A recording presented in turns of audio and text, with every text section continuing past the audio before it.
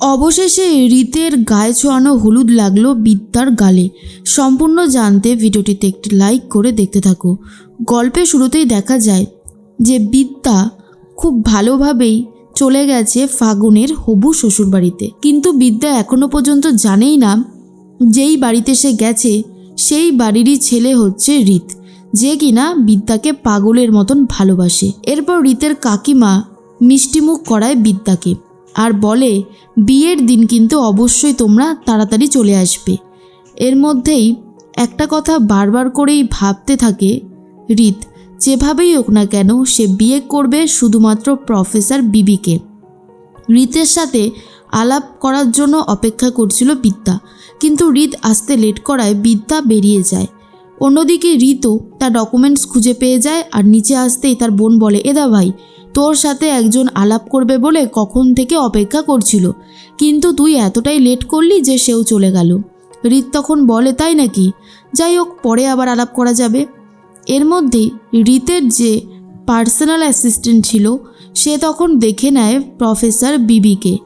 এরপরই যখন রীত গাড়িতে উঠতে যাবে তখনই বলে দেয়, স্যার আপনার সাথে যে মেয়েটা থাকে না, ওই যে প্রফেসর বিবি, উনি এসেছিলেন আপনার বাড়িতে।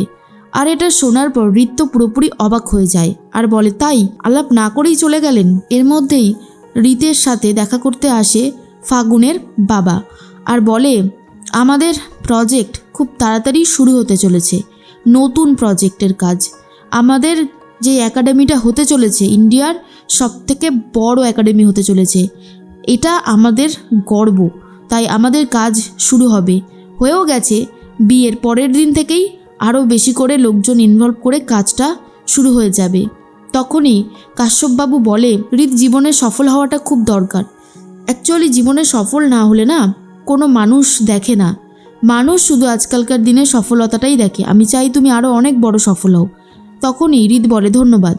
এরপর গাড়িতে যেতে যেতে প্রফেসর বিবিকে ফোন করে রীত আর বলে, কি ব্যাপার বলুন তো, আজকাল আপনি আমার ফোন একবারে ধরতে চান না।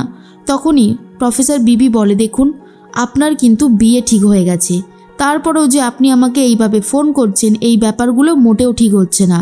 প্লিজ বোঝার চেষ্টা করুন, যেটা হচ্ছে সেটা অন্যায় হচ্ছে। রীত বলে, কোনো অন্যায় হচ্ছে না, যা হচ্ছে একদম ঠিক হচ্ছে। আমি না আমার হবু স্ত্রীর একটা ছবি নিজের মনের মধ্যে এঁকে ফেলেছি, আর যার সাথে আপনার হুবহু মিল আছে। সব শোনার পর প্রফেসর বিবি যায় আরও রেগে। এর মধ্যেই গাড়ি একটা হুট করে চলে আসে অটোর সামনে, যে অটোতে প্রফেসর বিবি যাচ্ছিল। এরপর ফোনটা কেটে দেয় প্রফেসর বিবি আর সেই গাড়ির মধ্যে থেকে বেরিয়ে আসে নিপুণ আর বলে, ম্যাডাম আপনার কপালের জোর আছে বলতে হবে, সেদিন আপনি যেভাবে বেঁচে গেলেন জাস্ট ভাবা যায় না। তবে এখন আপনি আর কিছুই করে উঠতে পারবেন না, কারণ আপনাকে আমরা কিছু করতে দেব না, তার জন্য সব প্ল্যানিং হয়ে গেছে। প্রফেসর বিবি বলে, শোন, পৃথিবীতে যেমন ভালো মানুষ আছে সেরকম কিছু খারাপ মানুষও আছে। খারাপ মানুষের জন্য কোনো ভালো কাজ আটকে যেতে পারে না, তোদের মতন অমানুষের জন্য তো নাই। একটা কথা মনে রাখবি, আমি না তোকে দেখেছিলাম সেদিন, তোর বিরুদ্ধে আমি কোর্টে সাক্ষী দেব, তারপর তোকে জেলে পাঠাবো। তুই এই বাইরে এই সূর্যের আলোটা আর দেখতে পাবি না। নিপুণ বলে, তাই নাকি? এরপরেই হাতে আবারও বেত তুলে নেয় বিদ্যা আর গুন্ডাগুলোকে উচিত শিক্ষা দেবে বলে ঠিক করে, কিন্তু নিপুণ সেখান থেকে চলে যায়। ফোন করে বিদ্যার ফোনে প্রফেসর সোনালি আর বলে, প্রফেসর বিবি, এদিকে একটা খারাপ খবর আছে। একাডেমি করার জন্য কলেজের যে হস্টেলগুলো ছিল সেগুলো তুলে দেওয়ার প্ল্যান করা হয়েছে।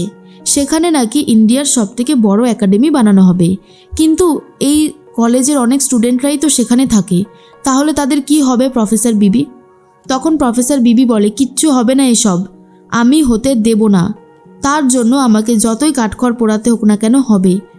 এই কলেজের একটা সুনাম আছে, আর এই কলেজের সুনাম আমি কিছুতেই নষ্ট হতে দেব না। পড়াশোনার জায়গায় শুধুমাত্র পড়াশোনাই হবে, কোনো রকমের গুন্ডামি ভণ্ডামি টাকা নেওয়া আমি সহ্য করব না। এই বলেই ফোনটা কেটে দেয়। অন্যদিকে শ্রাবণ কথা বলতে থাকে আর বলে, একাডেমি তোর কাজ শুরু হয়ে গেছে, খুব তাড়াতাড়ি শেষও হয়ে যাবে। এর মধ্যেই চলে এসেছে বাড়িতে প্রফেসর বিবি। শ্রাবণ বলে, আমি তো ভাবলাম তুই হয়তো পিজিতেই ফিরে গেছিস, তুই যে বাড়িতে আসতে পারিস এটা আমার ধারণা ছিল না। শোন না, একাডেমির কাজ শুরু হয়ে গেছে, পারলি আটকাতে? প্রফেসর বিবি বলে, যখন আটকানোর সময় হবে তখন ঠিকই আটকাবো, এখনও সময় হয়নি তাই আটকাচ্ছি না। শোন শ্রাবণ, তোর মতন বেয়াদব ছাত্রকে বেতের বাড়ি মেরে কী করে সোজা করে দিতে হয় সেটা আমি খুব ভালো মতন জানি, তাই এসব বলে না কোনো লাভ হবে না। এরপরেই তোরসা বলে, তুমি আবার এইসবেও নিজেকে জড়িয়েছ? এর মধ্যেই বিদ্যা বলে, মিসেস তোরসা। এরপর তোরসা রেগে যায় আর বলে, তুমি আমাকে নাম ধরে ডাকছো? প্রফেসর বিবি বলে, তো কী বলে ডাকবো? মা বলে ডাকার অধিকার তো তুমি আমাকে দাওনি, তাহলে কিছু একটা বলে তো ডাকতে হবে না। তখন তোরসা বলে, এসব কথা ছাড়ো, ঠাকুরমশাই আসবে, ঠাকুরমশাইয়ের কাছ থেকে সমস্ত বিয়ে নিয়মকানুনগুলো জেনে নেবে। আমি ওসব নিয়মকানুন জানতেও পারবো না আর মানতেও পারবো না।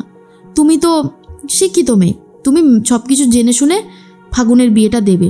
তখন বিদ্যা বলে, কেন? বাড়িতে বাবা, কাকা, জ্যাঠা, তারপর কাকিমণি থাকতে, এত মেয়েরা থাকতে আমি কেন? যাকে কিনা তুমি নিজের মেয়ের পরিচয় দিতে লজ্জা পাও, তাকেই শেষ পর্যন্ত এত কাজের দায়িত্ব দিচ্ছ। তোরসা বলে, যেটা বলেছি সেটা ভুল কিছু বলিনি, তাই আমার মনে হয় তোমাকে এই দায়িত্বটা পালন করতে হবে। আর তুমি তো আমাকে বলেছো যে তুমি এই দায়িত্ব পালন করতে চাও, অসুবিধা কি? বিদ্যা বলে, অসুবিধার কিছুই নেই, এটাই ভাবছি যে আমাকে আর কত খারাপ কাজ করতে হবে। যেই বাড়িতে আমার কোনো মান সম্মান নেই, বাবাকে বাবা বলে ডাকার অধিকারটুকুও যেন হারিয়ে ফেলেছি, সেই বাড়িতে থেকে কত বড়ই দায়িত্ব না আমাকে একটা পালন করতে হবে। এদিকে বিয়ের অনুষ্ঠান শুরু হয়ে যায়, বিয়ের দিন চলে আসে, রীতের গায়ে হলুদের অনুষ্ঠান শুরু হবে।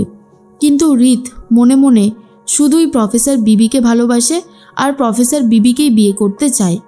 এর মধ্যেই দেখা যায় ত্রিধা বলে, রীত, আজকেই তোমার বিয়ে, আজকে থেকে তোমার জীবনটা অন্যরকমভাবে শুরু হতে চলেছে, আর আমি চাই সেই জীবন যেন অনেক সুখকর হয়, অনেক ভালো থাকে। এরপরেই প্রফেসর বিদ্যা ব্যানার্জি বেরিয়ে পড়েছে গায়ে হলুদ নিতে আসবে বলে ফাগুনের রীতের বাড়ি থেকে। যখন রীতকে গায়ে হলুদের অনুষ্ঠানে সামিল করা হয়েছে তখনই ঢুকে পড়েছে বিদ্যা। এরপর গায়ে হলুদের অনুষ্ঠানের জায়গাও চলে যায়। তখন অলরেডি রীতকে স্নান করানোও হয়ে গেছে, তাই রীতকে ঘরে চলে যেতে বলে ত্রিধা। ত্রিধা বলে, তোমরা এসেছো, আমরাই ভাবছিলাম গায়ে হলুদটা পাঠিয়ে দেবো, এই যে গায়ে হলুদ।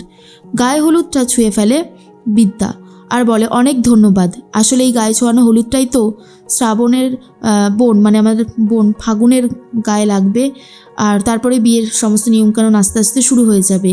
এরপর মিষ্টিমুখ করাতে চায় ত্রিধা, কিন্তু বিদ্যা সেটা না খেয়েই চলে যায়। এর মধ্যেই ফোন করেছে রীত আর বলে, জানেন তো, যেটা চাইছি সেটাই হচ্ছে, তার মানে শেষ পর্যন্ত প্রফেসর বিবিকেই বিয়ে করবে মানে রীত। আর এটা শোনার পর চমকে গেছে বিদ্যার, বলে, আপনি কি এখনও স্বপ্ন দেখছেন? রীত বলে, একদমই না, আমি আপনাকেই বিয়ে করব। আর এটা শোনার পর বিদ্যা বারবারই অবাক হয়ে যায়।